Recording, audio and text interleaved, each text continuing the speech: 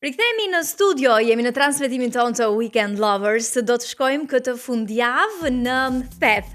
Dhe në fakt do të kemi një pamje të mrekullueshme drejt për drejt nga Alpet në këto momente, sepse do të flasim për turizmin malor në këtë sezon që sapo ka nisur. Në fakt në fundjavë është edhe dita e turizmit malor dhe pikërisht për këtë se si po pritet ky sezon dhe çfarë pritet të ndryshojë veçanërisht me një prej paketave më të shumë përfolura siç është ajo e maleve, ne do të jemi në një lidhje të drejtë për drejtë nga Thethi në këto momente me eksperten e turizmit Aida Gjeçaj, të cilën e falenderoj që është me ne në këtë lidhje të drejtë për drejtë. Aida, përshëndetje.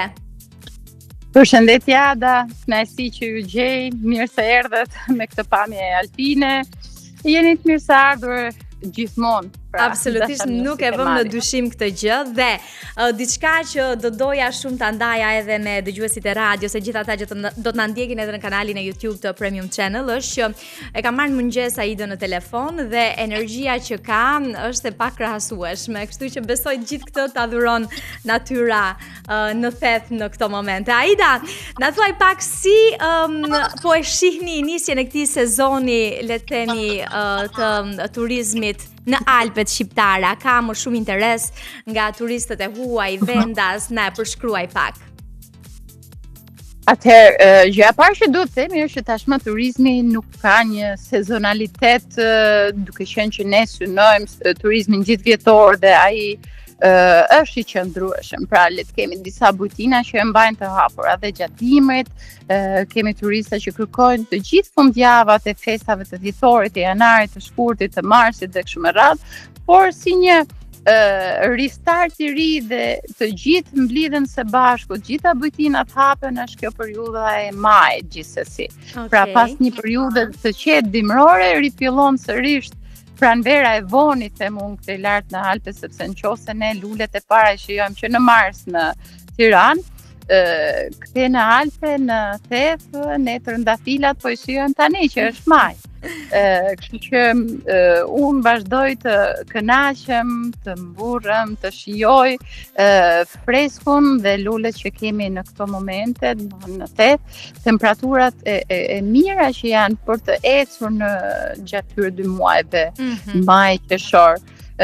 Ndërkohë që ka filluar sezoni me një muaj maj me shumë shira dhe më ftohtë se sa maj vitit kaluar, kjo ka ndikuar paksa në numrin e turistëve. Okay. Gjithashtu zgjedhjet apo edhe ndeshja kombëtare fundjavën e kaluar kanë ndikuar që njerëzit nuk kanë lëvizur shumë për të vizituar Alpet, por unë do i ftoja pasi moti në këtë periudhë është perfekt. Është shumë më mirë se sa po ta ruajmë vizitojmë Thethin në korrik dhe në gusht. Vërtet edhe atëherë kemi nevojë që të shkëputemi temperaturave dhe të vimë në vendet e freskëta.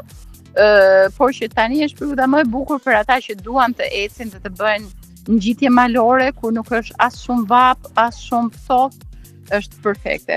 Kështu që sezoni ka filluar. Ka filluar. Aida, në mos gaboj, Thethi ka nisur që të eksplorohet nga turistë të mirëfill rreth vitit 2007 apo jo. Cilët kanë qenë turistët e huaj që kanë kryesuar, le të themi, si vizitor në Theth për gjatë gjithë këtyre viteve? Si ka ndryshuar ky trend i këtyre turistëve? Po, shumë pyetje kanë, gjithmonë për të kujtuar dhe sa herë që ne kemi çek dhe polak në Theth, me kënaqësi ju a themi si një spunto që atyre të bëhet qefi, është që turistët e parë që eksploruan Thethin dhe që i dhanë një vëmendje dhe filluan ta bëjnë Thethin të kërkuar që edhe vetë thethianët, banorët, bujtinat të fillojnë të hapin dyert më shumë, kanë qenë turistat e parë çek dhe polak. Tashmë ata nuk janë aq të shumtë në numër sa mund të jenë gjermanët, anglezët, europianë veriorët, pra që janë holandez, danez, e kështu me radhë. Okay. Por që sa herë rikthehen familjet çeke dhe polake, ne ja u themi këtë si një spunto të bukur për ta. Ndërkohë pastaj në vitet në vijim, me vëmendjen që mori Thethi nga kooperimi gjerman, pra zyra kooperimi gjerman me disa investime në shtigje, në infrastrukturë e kështu me radhë, kishte edhe një promocion të shtuar që në ato vite, pra rreth 2010-s, të turistëve gjerman në Theth. Për te i fakti që këtë prill në mars apo në prill, kur ishte panajiri i TB-s, pra i Gjermanisë, ne ishim miq të ftuar special. Pra, le të themi që ambasada gjermane, shteti gjerman e ka një vëmendje të shtuar që aso kohë deri në ditët e sotshme ndaj Alpeve shqiptare. Kështu që turistët gjerman janë ata tradicionale tashmë prej vitesh, anglez, kemi së fundmi nga 2 vitet e fundit, por unë mendoj që kjo ka ardhur edhe për shkak të linjave low cost, një shtim në numër eksponencial të turistëve spanjoll. Pastaj kemi nga gjithë bota, kemi nga Amerika, nga Australia, nga Holanda, janë të shumë në numër krahas gjermanëve, të gjithë ata që duan malin. Tani, me aq sa kemi mundur edhe bashkë të flasim, sepse kemi pasur dhe raste të tjera të jemi në studio për të folur për këtë gjë. Duket se çekët janë më guximtarë, të cilët ndërmarrin këto shtigjet e rrezikshme për të eksploruar. A mund ta thuar se cilat janë këto rreziqet më të zakonshme, humbja e rrugës, dëmtimet fizike apo kushtet ekstreme të motit e tjera si këto, veçanërisht për ata që nuk e njohin terrenin, dhe çfarë do t'ju këshilloje? Çekët tradicionalisht është e vënë re, pra siç edhe kemi biseduar në raste tjera, është kanë dëshirë të shkojnë në shtigje të pa eksploruara. Nëse këtu sjell ndërmend edhe nga pyetja juaj, është edhe lumi Shalës në vetvete është jo zbuluar, se aty ka qenë, fshati ka ekzistuar, molla e Shoshit, blini i gurit të Lekës, dhe kanë ekzistuar si fshatra grupderdhja e lumit Shalës në liçenin e Komanit, por që këto oazë të vogla bri liçenit të Komanit i kanë eksploruar sërish çek dhe polak. Dhe pastaj duke marrë vëmendjen e ekspertëve tanë lokal, siç ka qenë mentori edhe Indjeri Ndosmulaj dhe shumë guida malore të tjerë, i kanë dhënë vëmendjen, e kanë promovuar dhe është kthyer në atraksion dhe lumi Shalës, duke bërë edhe investimet e para në struktura mikpritse edhe aty. Kështu që çekët dhe polakët, ose le të themi çekët në veçanti e kërkojnë zonat e virgjëra të pa eksploruara. Pra, unë them tani po merr vëmendjen kalimi në Përdibër, në për shtegun e ngjyrave në Kukës, në për Shebenik, në për parqet e tjera kombëtare që janë akoma pak më pak të zhvilluara edhe domethënë jo shumë të frekuentuara siç është tashmë theti.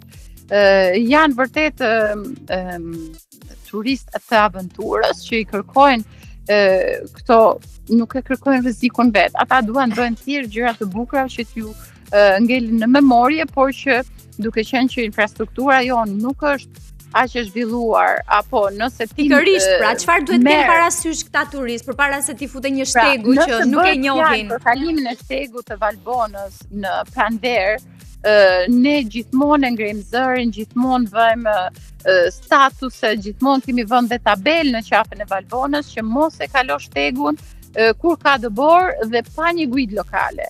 Shumë turistë marrin këtë risk përsipër dhe e bëjnë atë pa një guidë lokale. Dhe kjo ka bërë që në shumë raste domethënë të kemi aksidente të vogla deri në fatale dhe për shkak të mos kujdesisë, të pa kujdesisë tyre, domethënë duke mos i angazhuar. Por kjo është vetëm për shkak të aksidentesh domethënë të natyrës. Nga ana tjetër, vendi tashmë Shqipëria hyn në listën e vendeve të sigurta dhe me mburrje unë vazhdoj ta them që mund të vini në Thet apo dhe në Alpe kudo, dhe nëse ju prishet makina pa dashje mund ta lini edhe në mes të rrugës dhe ashkush në Kelebis. Pra siguria e njerëzve apo e mjeteve është maksimale, pra nuk dhe kjo është shumë e rëndësishme, është shumë e rëndësishme për së vërtetës. Tani, roli guidave lokale, sa i rëndësishëm është dhe si mund të inkurajohet angazhimi i tyre për t'i orientuar këta turistë që e duan aventurën, teksa ti përgatitesh në rikthesh pamjen ashtu siç ishte, po jemi okay. Sa i rëndësishëm është roli i guidave lokale? Po, guidat lokale është shumë i rëndësishëm roli i tyre pikërisht për këto arsye, sepse shtigjet malore vetë kanë rregullat e tyre. Pra edhe nëse një grup siç kemi vënë re së fundmi, mund të vimi një guidë kulturore.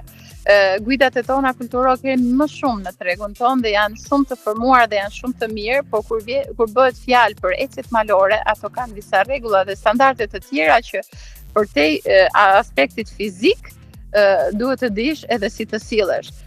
Ndodh që shumë shpesh agjencitë të ndryshme duan që ta bëjnë, nuk e di, po marr shembull ujvarin apo syrin e kaltër në thes që në dukje të parë janë disa ecje të lehta malore dhe që një herë ti mësoj dhe mund ta bëj edhe një tour leader i huaj kushdo.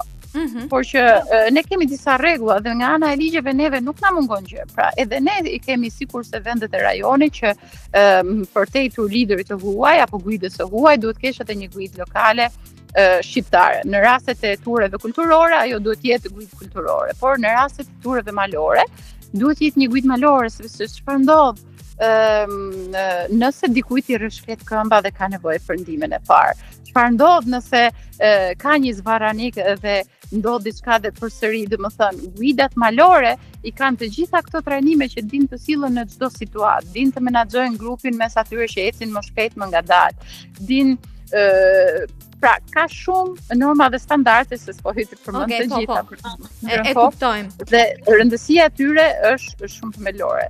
Kemi pasur dhe kemi akoma pak guida malore, përtej faktit që para disa ditësh mbaroi një nga trajnimet që kualifikoi dhe certifikoi edhe të paktën 20 guida të tjera malore në zonën e Alpeve, pra Nikaj Mërtur, Tropoj, Kukës, por që më pak në zonën e Thetit dhe të Vërmoshit, që sërish kemi nevojë për guida, por nëse ka kërkesa nga grupet, tashmë kemi edhe një listë më të plotë të guidave. Deri tani nuk ka pasur raste rreziqesh të turistëve, veçanërisht të huaj, se ata ni konsiderojnë pak më të guximshëm. Po, ka nisur reqet për hir të vërtetës, por ka pasur vitin e kaluar disa raste të cilat kanë ngritur, le të themi, edhe disa prej institucioneve në këmbë për shkak të vështirësisë ku ata kishin ngecur. Tani si është situata aktuale me këto grupet e kërkim shpëtimit në zonat malore? Janë të formalizuar? Si është bashkëpunimi me autoritetet? Po, por këtu kam diçka për të thënë, pasi nëse ndodh diçka në Alpe, në zonën tonë, e marr mirëfilli. Vjet mund të ketë ndodhur në 2-3 raste që dikush ka humbur rrugën, ka ngelur në mes të malit, apo dikush tjetër ka rënë nga shkëmbi sepse ka qenë duke bërë climbing dhe nuk i kanë mbajtur vidat dhe ka humbur jetën, ose mund të ketë qenë në gjendje të rënduar dhe pastaj më vonë ka humbur jetën mbas edhe nga një ndërhyrje e vonë, sepse nuk mund ta llogarisësh asnjëherë se si. Sa herë kërkohet ndihma e parë kërkohet tek policia dhe ndihma e parë që dërgohet është policia, ndërkohë që unë vazhdoj të mbështes guidat malore duke qenë edhe e ndjer veten pjesë të tyre, domethënë që ndihma e parë nuk mund të jepet nga policia në ndërhyrjet e kërkim shpëtimit. Sepse policët tanë janë sërish të pa trajnuar fizikisht, le ta themi, shumë hapur, nga një herë janë edhe barkëndhenj dhe nuk arrin që të ecin deri në vendin ku ka ndodhur aksidenti. Kështu që sërish ndërhyrjen e parë bëjnë sërish banorët lokal, sërish ato guida lokale të certifikuar ose jo, por janë ata banorë lokal që janë heronjt e heshtur që as nuk ngrejnë flamurin, as nuk duan lavde, por e bëjnë dashamirësisht, pas një kompensim, pas një gjë, vetëm sepse e ndjejnë për detyrë si mikpritësa të kësaj zone që janë, dhe kur ju bëhet thirrje për të dalur, duke qenë që njohin shumë mirë zonën dhe duke ditur shumë mirë që nëse unë do bëja 2 orë me dalë deri në qafë pej, ata mund ta bëjnë për 1 orë dhe e dinë eksaktësisht se ku të kërkojnë dhe e njohin shumë mirë terrenin. Për sa i përket formalizimit të grupeve të kërkim shpëtimit, ka një institucion të tillë i cili është kombëtar, i cili në koordinim mes Ministrisë dhe shoqatës alpinistëve shqiptar ka një diçka të tillë me partneritet edhe me kolegët e Kosovës, por që në çdo rast ndërhyrje atyre ju duhen 3-4 orë minimumi që të vinë në vendngjarje dhe 3-4 orë mund të jenë të shumta, mund të jenë fatale. Duhet të pranojmë gjithsesi që nëse ka një ndërhyrje që është vërtet emergjente, atëherë edhe helikopterët e strukturave shtetërore, le themi, janë funksionale, kanë funksionuar. Shpeshherë mbase edhe të abuzuar, ku një turist thot, ua, brava këmbën, dua helikopter, dhe helikopteri është harxhuar kosti i atij për të marrë për të çuar një turist të tillë deri në spitalin më të afërt, por që në rastet e tjera kanë qenë thelbësore në shpëtimin e jetës. Por gjithsesi nuk kemi grupe apo persona të ashtu quajtur në gjuhën standarde, rangers apo guida të certifikuara, të trajnuara, qoftë edhe të formalizuara, domthonjë si kërkim shpëtimi. Pra gjithmonë ka një koordinim mes banorëve lokal dhe policisë së shtetit zonale, sa herë ka një ndërhyrje që duhet të bëhet. Po përse nuk është bërë deri tani kjo struktura, Ida? Çfarë ka penguar dhe sa e mundur është të krijohet për të pasur një sezon të edhe më të sigurt, ti e përmende që tashmë jemi në listën e destinacioneve të sigurta, apo përse nuk është bërë deri tani? Nuk e di, mbase çështje kohës është më shumë se sa çështje vullneti, janë të dyja bashkë, pra. Ne shprehim interesin, ne lobojmë për këtë gjë bashkë me shoqatën e alpinistëve shqiptar, domethënë është e bërë diçka, domethënë tek për shembull Valbona e ka atë, ndërkohë që në Theth nuk e kemi akoma, por që duhet pak edhe vëmendja dhe vullneti i strukturave përkatëse nga ministri, domethënë që të formalizojnë. Pra mos ta kemi tashmë vetëm të centralizuar në rang shteti dhe ajo funksionon sepse nëse duhet forcat e kërkim shpëtimit vinë, helikopteri është aty, por që duhet të kemi edhe njerëz të trajnuar, kualifikuar dhe të pajisur, nuk po them të paguar mirëfilli, se do mjaftonin mbas edhe vetëm sigurimet shëndetësore dhe pra sigurimet e një punojësi.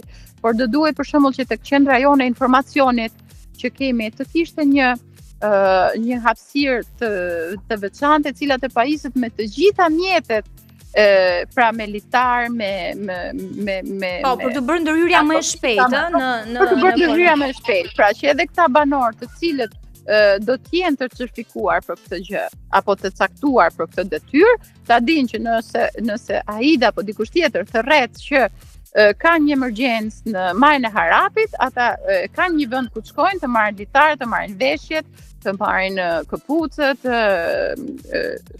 tikat, çdo gjë tjetër të kenë pra edhe këto. Pra duhet pak vullnet dhe kohë së investim. Ne s'na mbeti që tjetër veç të urojmë që të kompletohet. Ne vazhdojmë lobojmë. Po, patjetër, edhe ne vazhdojmë ta promovojmë diçka të tillë. Tani do të ndalemi pak tek paketa e shumë përfolur e maleve. A mund të na thuash se kush përfiton konkretisht nga kjo paketë dhe a ka një ndikim të menjëhershëm për komunitetet lokale dhe ndoshta edhe për operatorët e vegjël turistik? Atëherë, paketa e maleve me sa kam kuptuar unë, edhe si grup interesi, pasi të gjithë mund të kemi interes për çdo lloj lehtësire që mund të jepet banorëve autokton që janë në këto zona. Pra, paketa maleve është menduar dhe konceptuar fillimisht për t'ju ardhur në ndihmë banorëve të këtyre zonave alpine të thella, siç mund të jetë komplet zona e Dukagjinit dhe jo vetëm, por nëse marrim shembull që të gjitha tokat e gjyshërve tan janë të paformalizuara, paketa maleve është një mënyrë e tillë që ty të ndihmon të formalizosh tokën tënde në mënyrë të shpejtë, në mënyrë të tillë që pastaj ti ta investosh dhe pra duke kthyer vëmendjen e të atyre banorëve të larguar mbase në shtete të ndryshme që të rikthehen dhe investimet e tyre ti hedhin vërtet formalisht në mënyrë të ligjshme në tokat e të parëve të tyre në vendlindje dhe duke dhënë edhe disa lehtësira fiskale bashkë me këtë. Pra domethënë do kthej vëmendjen edhe të banorëve të larguar që të kthehen të investojnë në tokat e të parëve të tyre. Duke krijuar disa lehtësira fiskale, sidomos për ata që duan të bëjnë edhe gjëra më me ndikim në zonë. Pra duke kthyer vëmendjen pse jo nga përpunimi për shembull ne kemi pyje masive me gështenja që janë të lëna pasdore nga familjet.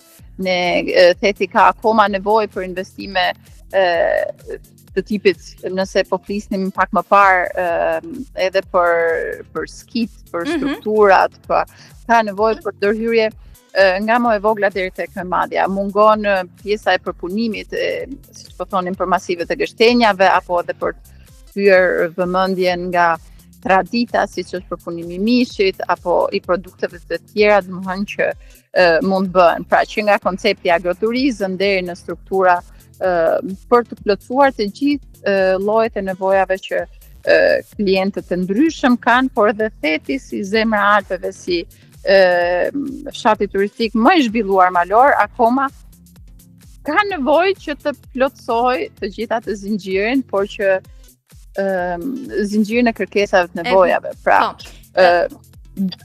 Tani, nëse zbatohet siç duhet kjo paket, a mund të kemi një feedback pozitiv të turizmit malor shqiptar brenda 2-3 viteve të ardhshme ndoshta?